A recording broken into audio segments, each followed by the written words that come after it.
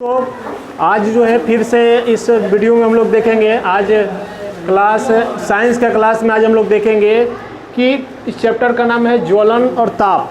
ठीक है, ज्वलन और ताप। तो इसमें हम लोगों ने देखे और 2-3 क्लास पढ़ चुके हैं कि ज्वलन और ताप क्या होता है, इसके बारे में हम लोग पढ़ चुके हैं। सब लोग ध्यान देगा, इधर उधर मत देखो, ध्यान दीजिए इधर। ठीक है, तो मुख्य रूप से ये बात समझ में आ चुका है कि ज्वलन क्या है। ठीक है, और ज्वलन ताप भी हम लोग समझ गए थे। उसके बाद दाह्य पदार्थ क्या है उसको समझ गए थे, अदाह्य पदार्थ क्या है ना, उसको भी समझ गए थे कि वैसे वस्तु जो आसानी से जल जाता है, ठीक है, वो दाह्य पदार्थ कहलाता था। वैसे वस्तु जो आसानी से नहीं जलता था वो अदाह्य पदार्थ कहलाता था। ठीक है, लेकिन आज हम लोग देख रहे हैं कि ज्वलनशील पदार्थ किसे कहते हैं। क्या ज्वलनशील पदार्थ किसे कहते हैं, बोलना पीछे से। ठीक है, ज्वलनशील पदार्थ किसे कहते हैं। ठीक है, तो चलिए, ज्वलनशील पदार्थ उसे कहते हैं जिन पदार्थों का ज्वलन ताप, तुम लोगों ने ज्वलन ताप के बारे में पढ़ा था कि वैसे वस्तु जिसका ज्वलन ताप बहुत कम होता है। स्टार्टिंग के दिन हम बताए थे कि कुछ ऐसे वस्तु होता है जिसका ज्वलन ताप बहुत कम होता है, निम्न होता है, और कुछ ऐसे वस्तु होता है जिसका ज्वलन ताप बहुत ज़्यादा होता है। जिसका ज्वलन ताप बहुत कम होता है वो आसानी से आग पकड़ लेता है। जैसे डीजल हो गया, पेट्रोल हो गया, इसका ज्वलन ताप बहुत निम्न होता है, कम होता है। ठीक है, तो आसानी से ज्वलन ताप जलने लगता है। तो जिन पदार्थों का ज्वलन ताप बहुत कम होता है, ठीक ना, वो जो है ज्वाला के साथ सरलता पूर्वक आग पकड़ लेता है। जिसका ज्वलन ताप कम होगा वो आसानी से ज्वाला यानी कि लौ जो दिखाई देता है उसके साथ जो है आग पकड़ लेता है। तो वैसे वस्तु को ज्वलनशील पदार्थ कहते हैं। क्या कहते हैं? ज्वलनशील पदार्थ। तुम बढ़िया से बैठो, वैसे हुड़क के मत बैठो, ठीक ना। वैसे पदार्थ को ज्वलनशील पदार्थ कहते हैं। बात समझ में आ गया।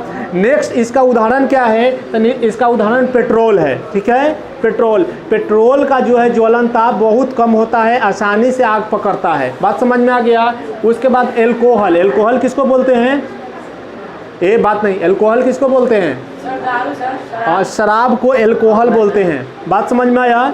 शराब को जो है केमिस्ट्री के भाषा में, साइंस के भाषा में एल्कोहल बोला जाता है। ठीक है, आगे बढ़िए।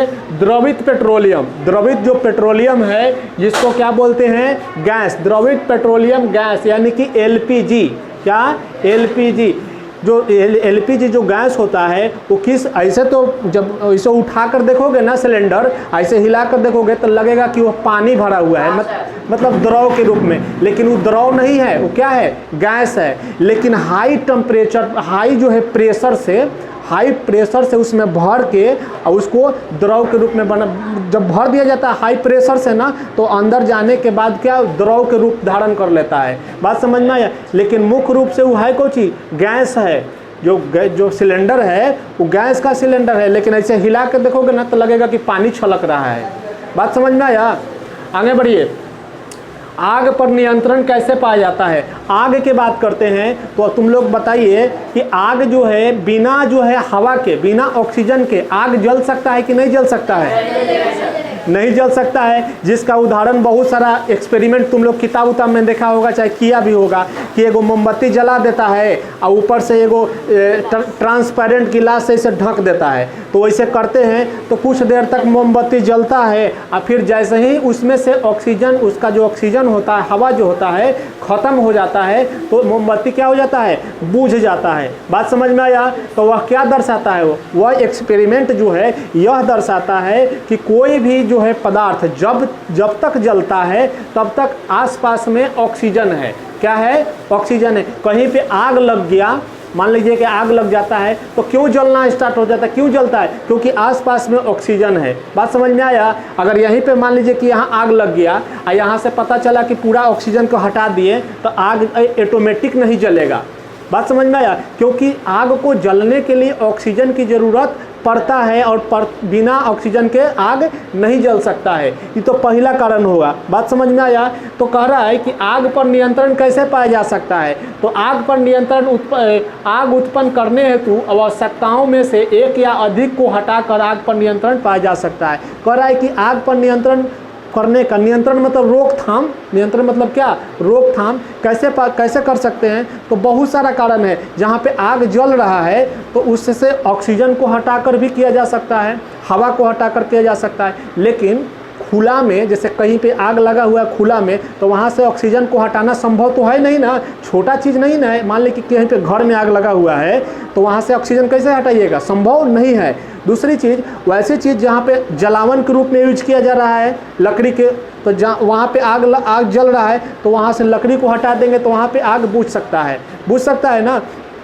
कुछ चीज़ें ऐसे होता है, ऐसे अगर किसी के व्यक्ति के शरीर में आग लग गया, मान लीजिए किसी व्यक्ति के शरीर में आग लग गया तो कैसे बुझाएंगे। तुम लोगों ने बहुत बार सुना होगा कि किसी के शरीर में अगर आग लग गया तो उसको बुझाने के लिए पानी नहीं डालना चाहिए। किसी भी व्यक्ति को आग लगा हुआ है तो उसको पानी नहीं डालना चाहिए। उसके क्या है, एक कंबल ले लीजिए और कंबल से उसको ढक दीजिए। जैसे ही हाँ, गीला करके या सूखा भी अगर ढकते हैं तो क्या होगा कि उसके शरीर के ऑक्सीजन जो हवा है, हवा से संपर्क टूट जाएगा। जैसे ही हवा से संपर्क टूट जाएगा तो आग जलना क्या हो जाएगा, बुझ जाएगा। अगर उसको कंबल को भिंगा कर फेंकते हैं तो और अच्छा है, अगर नहीं है तो उस समय के लिए उसी से किया जा सकता है। लेकिन जैसे ही पानी डालिएगा तो बहुत ही खतरनाक हो जाएगा। आदमी की मृत्यु जो है, तुम लोगों ने देखा होगा, सुना होगा, पता नहीं। हम आग लगे हुए एक महिला को देखे थे, ठीक ना, रात का समय था और एकदम छटपटाते हुए एकदम आग उसका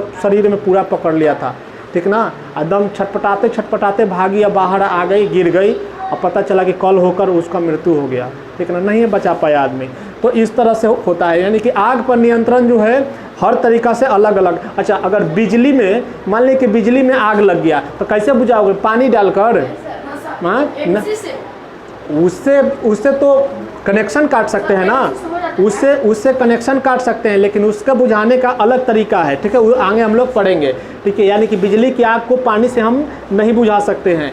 नेक्स्ट है, आग पर नियंत्रण करने हेतु सामान्यतः किस चीज़ का प्रयोग किया जाता है। तो आग पर नियंत्रण पाने के लिए सामान्यतः, है ना, हमेशा ज़्यादातर किससे, जल का प्रयोग करके आग बुझा दिया जाता है। इतना बात समझ में आ गया।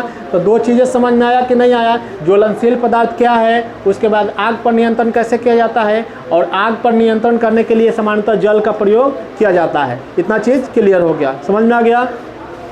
चलिए,